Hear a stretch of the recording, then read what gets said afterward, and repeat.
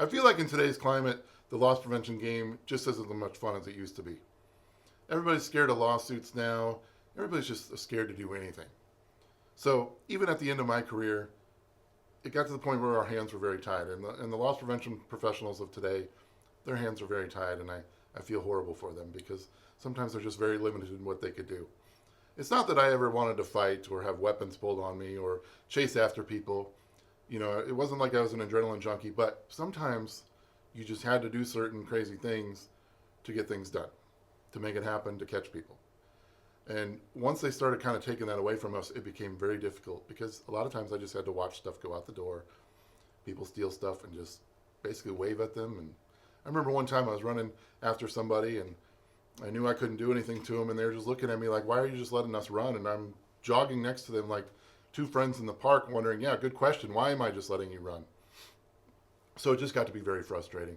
And so that's one of the reasons I started Silverhammer and kind of got out of that game. But that leads us to today's story. Back when we were old school, back when we were hardcore, back when it was intense. So today we've got huge shoplifting as far as merchandise goes. We've got breaking out the window of a shoplifter's car. We've got me running through the neighborhood in Bellevue, Nebraska. We've got a Doberman Pinscher involved, and we've got me and the shoplifter very briefly becoming best friends. Why did we become best friends for just a little second, you ask? I'm about to tell you. Here we go.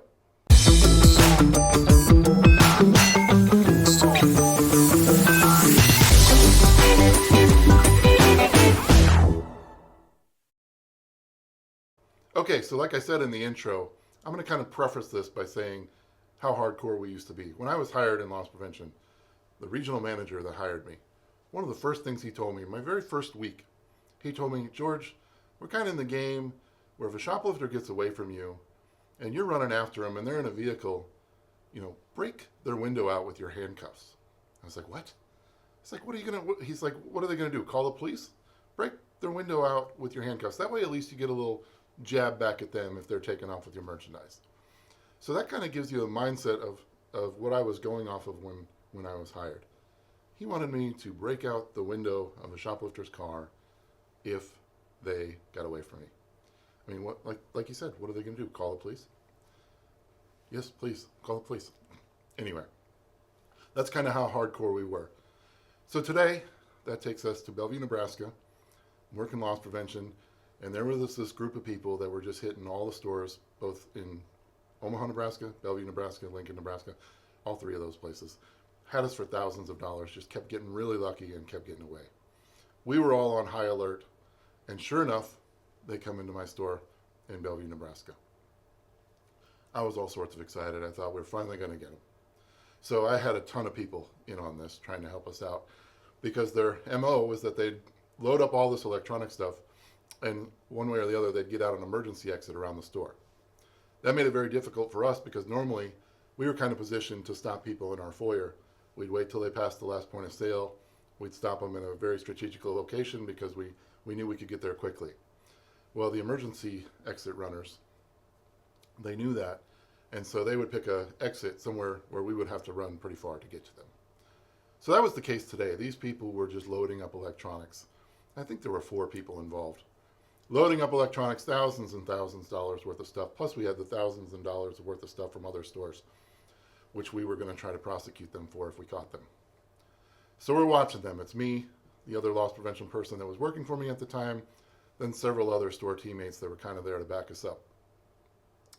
So we noticed outside one of the emergency exits, there's a vehicle. And so clearly that's going to be their getaway car. There is somebody in the vehicle, so we know we're going to have to act fast once they get to that emergency exit.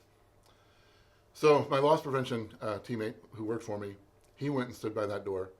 I stayed in the camera room watching everything else, but still ready to pounce as soon as they did whatever they were going to do. So they're kind of roaming around the store. They've got a cart full of stuff and one person outside, and it was 3 people inside. And so they start to approach that emergency exit. So my loss prevention teammate is ready, but we can't stop them until they actually get outside. So they're starting to walk through our apparel area. They're going very slow, but they're looking at this emergency door, and we just know it's about to go down. So they get to that door, and sure enough, they just break it open. Well, my loss prevention teammate who was standing there immediately went outside with them, and at that point, I'm so ready to go that I'm almost right behind him. So the driver is kind of egging everybody to come on, come on, come on, come on. And so my loss prevention teammate actually goes out because he doesn't want the vehicle to leave, and he does actually break out the window of the car with his handcuffs. So I see this. I'm like, okay, he's okay there. The other gentleman run. And so unfortunately I had to pick one, and I picked the one that selected the most merchandise. So I run after him. At the back of our store in Bellevue, Nebraska, there's this big hill. He went up the hill. I chased him up the hill. At the top of that hill is a neighborhood. And so he got up there, and unfortunately I'm still running after him. And so I joined him for a little sprint in this neighborhood while my other loss prevention teammate and all the rest of the associates that were helping stood by the person with the car. We had already had Bellevue police on the way because we knew things were about to go down. So they came, I didn't know this until after the fact, but they came very shortly after, and they were helping my teammate with the people in the car. So I don't know any of this is going on because I'm running through a neighborhood chasing the shoplifter. So we're jumping fences. We're going through all these yards. It's just getting crazy, and he's a sprinter. Back then, I was a little smaller. I could run, but this guy had me, and he had a head start on me. So we're running, and we're running, and we're running, and just as we jump one of the fences, all of a sudden, a very nasty Doberman Pinscher dog starts barking and getting very aggressive with us. So at that moment, Shoplifter and I look at each other, and in that second, we became best friends, and we had that oh shit moment. This dog means business. We're in trouble. We need to get the hell out of here. So he and I look at each other, all of a sudden become friends for that second, and start running the other way. We jump the fence. The dog just barely misses us. Unfortunately, the shoplifter got ahead of me, so it's my butt that the dog almost got.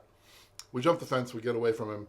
And thank goodness, whatever was going on down below, they told them that I was up chasing the shoplifter up in the neighborhood. So they sent the police cruiser up there.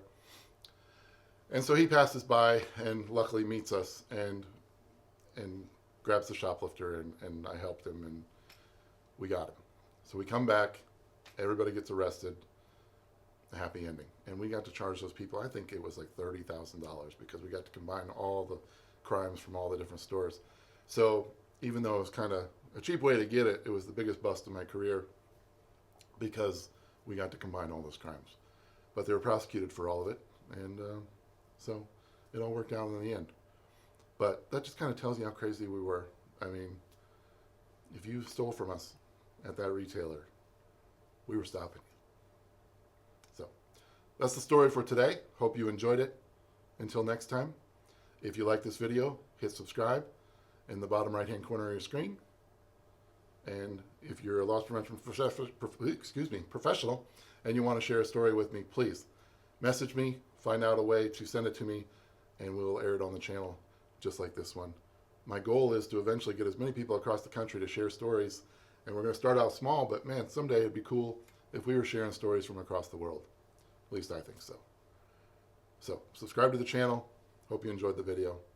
Peace and love.